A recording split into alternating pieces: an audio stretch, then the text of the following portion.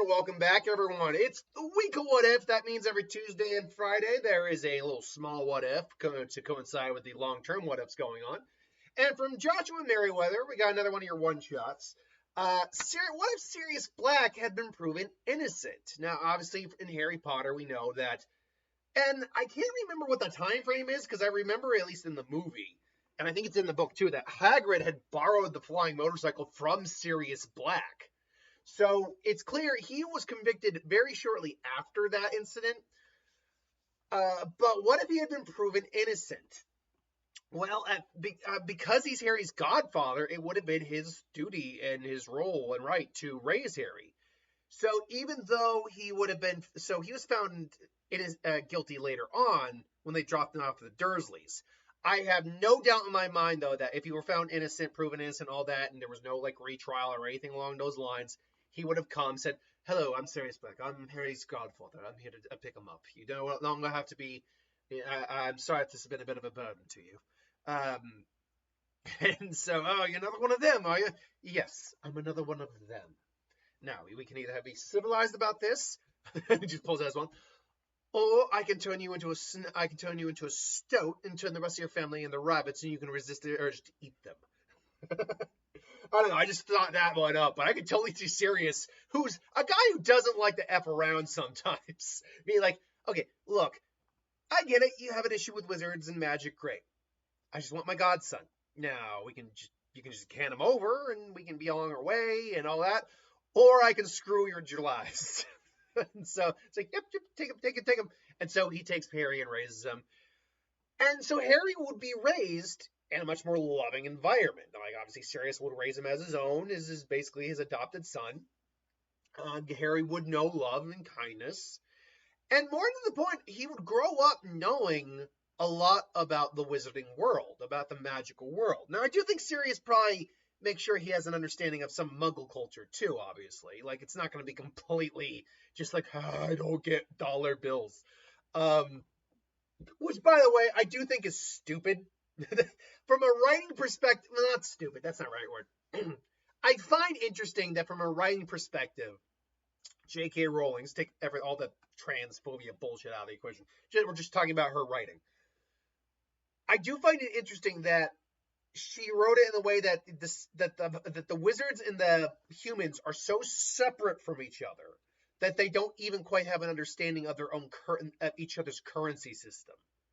That I thought is kind of interesting, and it kind of really raises a point that even though Albus Dumbledore's stride for human and Muggle relations, someone more like Grindelwald or Voldemort was kind of more right about the wizarding world versus the Muggle world. Not in the sense of we need to rule them or whatever, kill them all, but that we are very different from them and that we are very separate from them. I just find that interesting. But I have a feeling he'd also have some, Muggle studies, understand the principles, all that, probably go into the world every once in a while with Sirius there, or Hagrid, because I think one of the other things that would happen is people knowing Harry's alive and knowing where he is, at least a lot of the more higher up magical community, would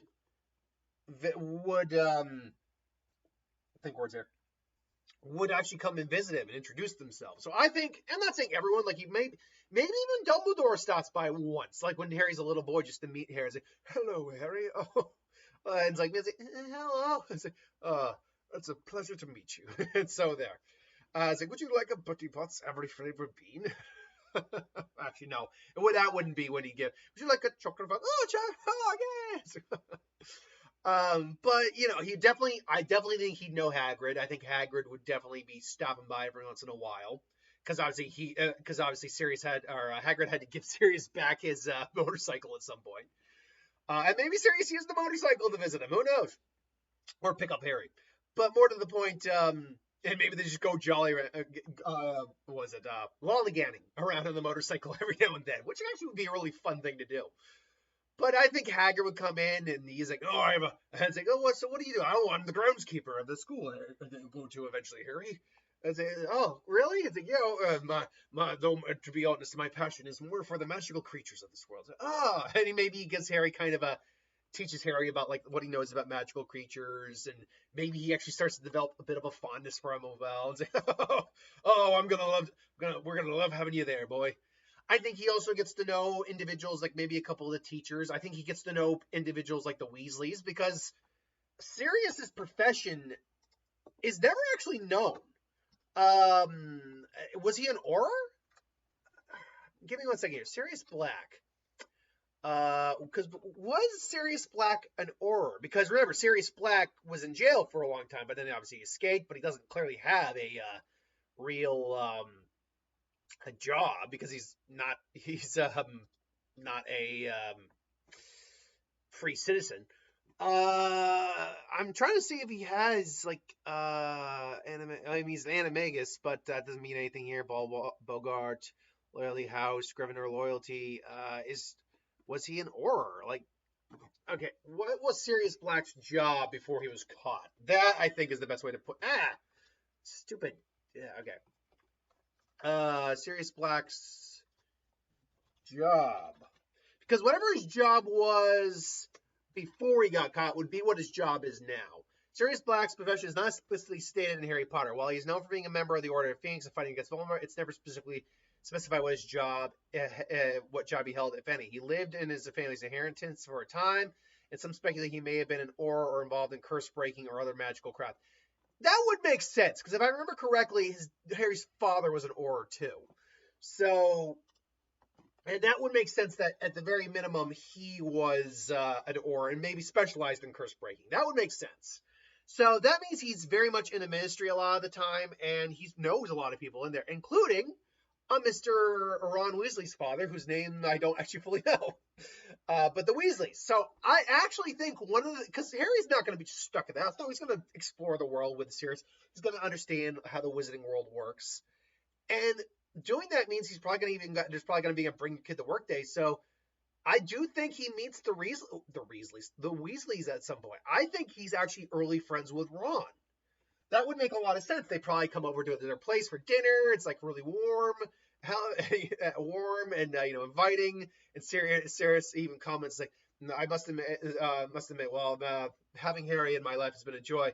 My family estate's feels oftentimes cold and lonely, even cold and lonely. So a place like this does feel more like home sometimes than our own home." And even Harry agrees like that because the Burrow is just a really warm, loving environment. It really is.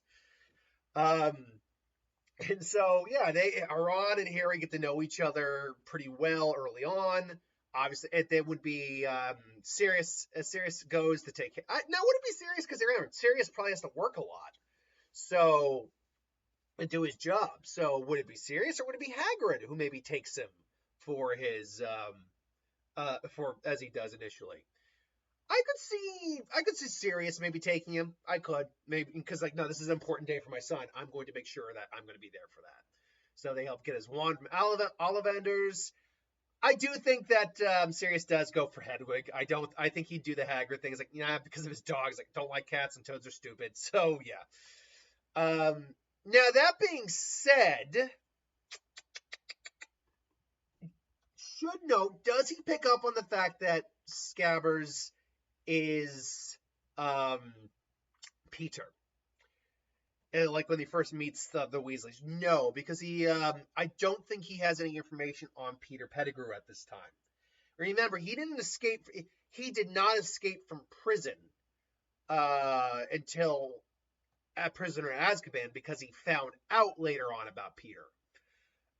So I think he wouldn't go after, and Peter probably sees Sirius and goes, but nope. I'm just gonna be your rat. I'm just gonna be your rat. So it's kind of like that. So yeah. And keep in mind, Peter, he really is not a very good agent when you think about it, Voldemort, because he could have actually killed Harry at any point in time. But he was deep undercover as a rat. Then again, that wasn't necessarily his mission, so maybe he is a good agent. You have proven useful. So, either way, they meet. So Harry would go have his adventures in school. Now, unfortunately for this what if, this is where the changes start to really dip. Mostly because Harry's, I think, Sirius would still raise him to be a good person. Honestly, someone who would still but values life. Appreciate, doesn't belittle others. Like he's Harry Black. That's a good point. Does he take Sirius's name, Harry Potter Black or Harry Black Potter? Harry Sirius Potter. Actually, Harry Sirius Potter is not a bad name, but no, he is Harry Potter. He would, because that is his name. Um, but I still think that the Harry you see in the movies and read in the books is more or less the Harry you would get here, but just with a lot better of a moral compass, and more importantly than anything else, a much greater knowledge of the magical world, including, first off, still F's off on a Malfoy, because yeah, screw that. But more importantly, um, when Snape's, sorry, I blanked on Snape's for a second. When Snape's like grills him, he's like, Harry Potter, our newest celebrity. I had no doubt Sirius Black would be like, yes, the potions teacher. Where one of the things he stressed for Harry is potions knowledge. Like, why? Because Snape perhaps has a little thing, does have a little bit out for you, Harry. He and your father were not the best of friends. I can honestly, it's like, why? Was he a bully about it? And I think Sirius, like, maybe withholds a little bit of that, but then it's like, Sirius, come on. It was more the other way around. Remember, we were different people when we were children, Harry. Your father was a good man, but he wasn't always the best of. He wasn't always the best person in the world when we were kids, and I can say I wasn't either, and neither was. We were not always the best of people.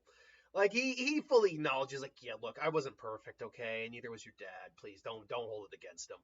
But so when when I can't remember exactly. I know what. Can you tell me what a Bezoar is? Wolf Spade and something or other. This. When he asks us, Harry's like doesn't immediately answer. It's like clearly fame isn't everything. Clearly Hermione knows. She's been asking this. And before he answers, like Snape answers, was like, for the record, this and this are that. They're the same thing. This, and it be this and this and this and this and this. And Snape's like, yeah, I don't know. And Harry's just kind of looking at him, just like, anything else? Like, Snape's, I think he actually ones up Snape's in his own class and kind of humiliates him. It's like, you're just like your father, indeed. So, and Hermione even looks at him and is like, whoa. It's like, why didn't you answer him? It's like, because you were raising your hand. He was singling me out. There was no reason for it. He targeted me. And Harry, unless he's called upon, does not raise his hand in Snape's class at all. Because he does not want to be on Snape's radar. He can already tell Snape does not like him. And he now has kind of embarrassed. He kind of threw Snape's kind of like, I'm so awesome moment back in Snape's face. So he does not try if he can. But when he's called upon, and if he knows the answer, then he will answer the question. Yeah. But other than that, there's really not much else to say in terms of what happens between movie 1 and 2. Harry's just a more competent version of who he is in the movies, I think. And again, he might carry a little bit. The one thing I will say is there's a bit more of a bravado there. What I mean is, and not just bravado in the sense like, yeah, I'm acting so tough and cool, but like inside I'm scared. What I mean is he's got maybe a little bit more chip on his shoulder just because he does now come from a wizarding family and raise a wizard family. But he never flaunts it. And if it does come out, it's unintentional, and he like apologizes for sounding smug. But other than that, like even the Mirror of Airship, I believe it's called, he still would see his family. Like he loves Sirius like a father, but he has still probably always wondered what his life would be if he knew his parents. So that plot point I still think stays completely relevant. And then in movie 2, he's not stuck at the Dursleys, so he and Ron and everyone are just perfectly fine and content. So they go. There's no Whomping Willow incident. Beyond that, there's no real change in the story there. He's still found out to be a parcel tongue. Gilderoy Lockhart is still the teacher. This basilisk is still on the loose. Ginny's possessed by the book. Like, nothing changes. Apart from the fact that Harry maybe knows a little bit more about, like, the basilisk than maybe Hermione did initially without studying, because he actually has taken an interest in magical creatures.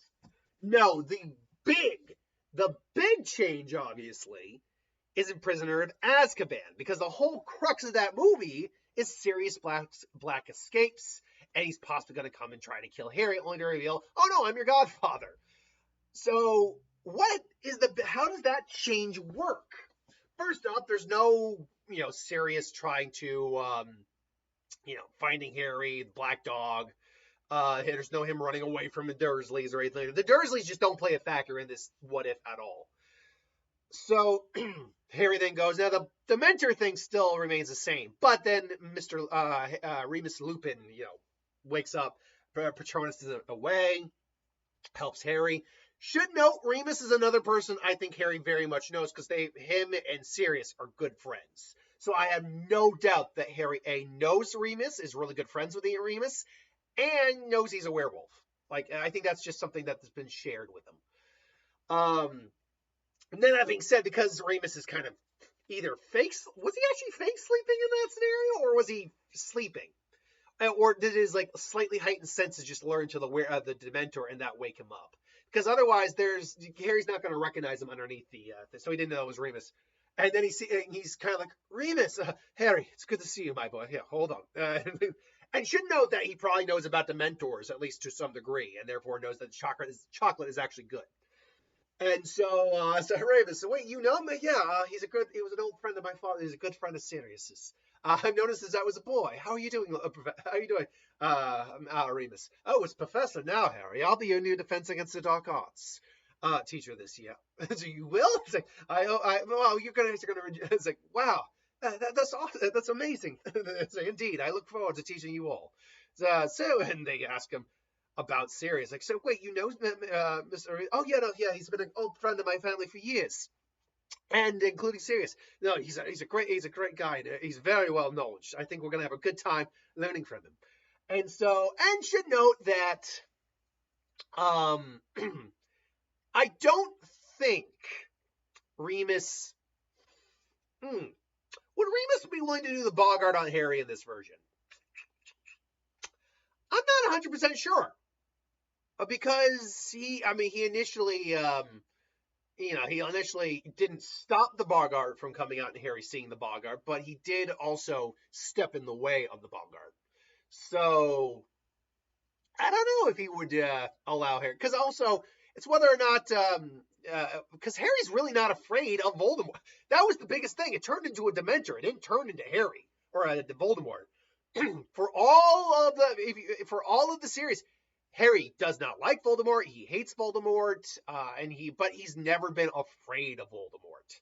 So, yeah, and I think maybe Remus does it. Who knows? Whatever. But either way, they still have their fun in the class. Woohoo!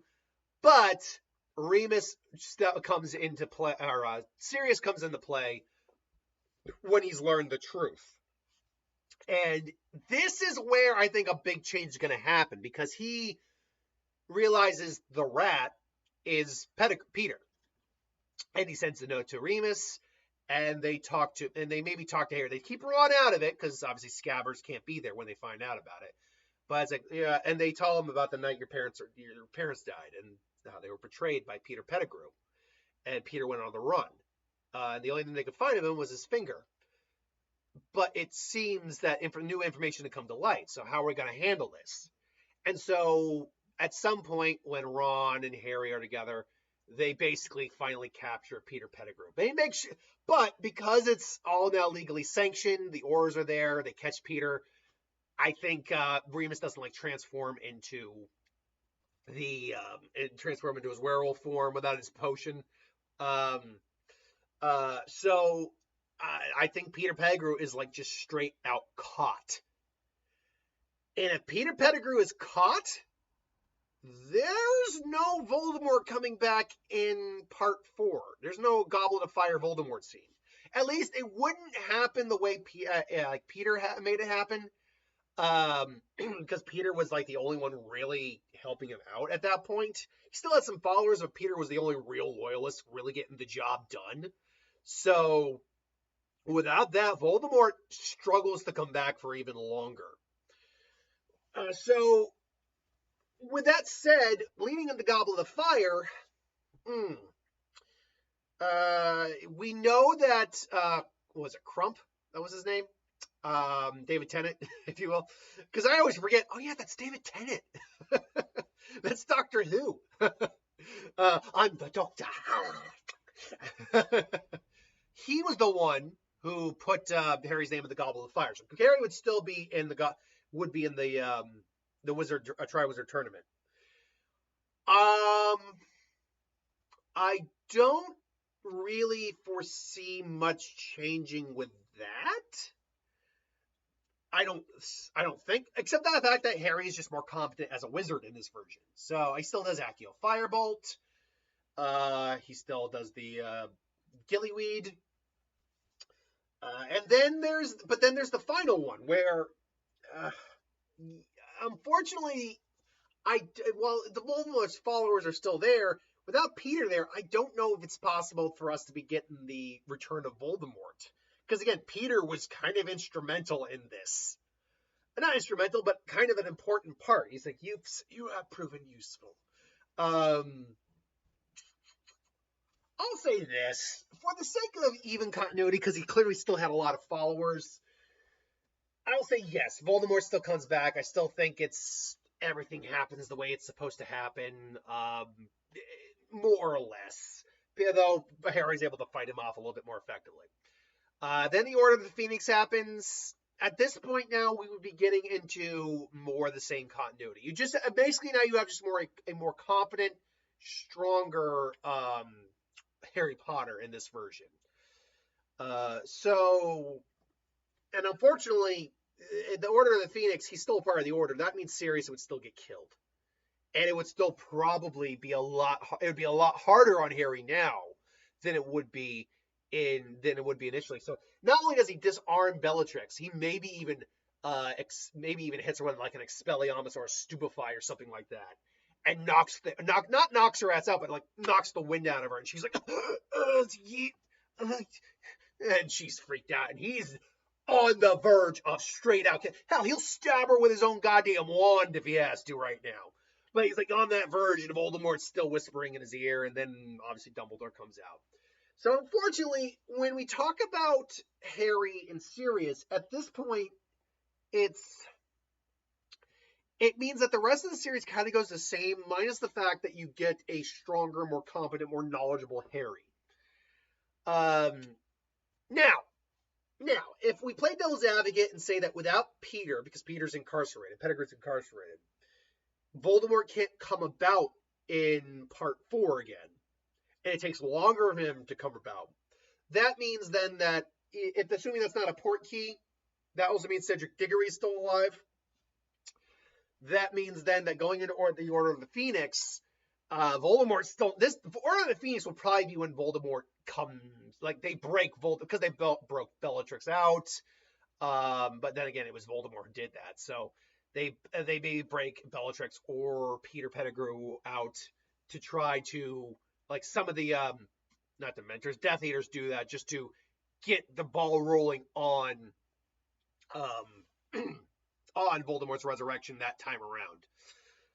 I mean, I assume maybe they could do that for Goblet of Fire too, but I just don't see it happening there if it happens at all, because I believe that's in the 5th movie. That's what happens. And by the way, I'm going by movie, not book, because that's what, not because the books are better or worse or whatever, just because that's what's more in my brain visually. So, unfortunately, they would need to capture Harry and use his blood so he would be immune to that curse, the charm that Lily put on Harry. But I have a feeling they just don't have. I have a feeling that the resurrection of Voldemort has to happen more in the Ministry than anything else. Like they had to prep it and get Harry there and just resurrect him there. Now, that being said, Harry also is not going to be learning oculancy. He's not going to be learning the ability to keep people out of your mind because Voldemort isn't as big a threat here as he was initially. So he's not going to be dealing with Snape. He's not going to be dealing with passing out from headaches or just like, oh, like he's not going to be dealing with that. I think it's more likely that Harry is still lured to that prophecy, and that there is where Voldemort is resurrected. But just as he's resurrected and Harry's blood is used, Dumbledore shows up as well, and then they just square off. So that's where it happens. And unfortunately, Dumbledore would still die in book 6, movie 6, and Sirius would probably also still die as well. So it wouldn't change much. It would just change Harry Potter's time at school more than anything else. Unfortunately, Dolores Umbridge would also be a problem, but maybe not as big a problem because Sirius probably would be handling this bullshit. It's like, I'm sorry, what's that now? Because Sirius is someone who would just punch out Malfoy's dad. Which, by the way, I've always found hilarious that, and Hermione also punched out Draco, that these wizards are so used to fighting with magic and wands that if you take their wand away and, like, if they can't do wandless magic, that you could literally just beat the shit out of one. Just, it's like, just that would actually be hilarious. I think that would be, and granted, Voldemort can do wandless magic, but if Voldemort's like, expel and just take the wand, snap, boom, just start wailing on Voldemort. Just, how dare you? Just start doing that. I think it would be hilarious. Harry did throw him off a balcony, but they then evaporated away, kind of. But I think that would be funny if Harry just suddenly just starts punching him in the face as he goes off the rails. That would be hilarious, I think. Because we see it so very rarely in the Harry Potter series of movies and books where someone just straight out assaults someone. Just straight out decks them. It is kind of the wizard's Achilles heel, isn't it? Like that doesn't just go towards Harry Potter universe. That goes to like RPG tropes in general. The wizard is not physically inclined usually. So that I think that'd just be pretty funny. Otherwise, though, while Harry would certainly be a much stronger version of himself, more confident. Well, I also said competent, so I wasn't missing my word there. I'm more confident, stronger, and more knowledgeable version of himself. I don't see the long term of this really changing much. It's the short term that changes a little bit for those more personal moments that we get in Harry Potter. Again, one-upping Snape, having more knowledge. When Hagrid starts teaching his class, Harry actually knows about things. Because that would actually be kind of sweet and poetic that Hagrid, one of his oldest childhood friends, adult friends anyway, he kind of follows in his footsteps and kind of becomes a magizoologist. That would actually be kind of fun. Or he becomes an Auror who specializes in the protection of magical creatures. That is something kind of Newt Scamander-esque. So, yeah, anyway, that's just my thoughts. And what do you think? Let me know what you think would go differently with if Sirius had been proven innocent and took in Harry. Until then, thanks for watching. I hope you enjoyed, and I'll see you next time.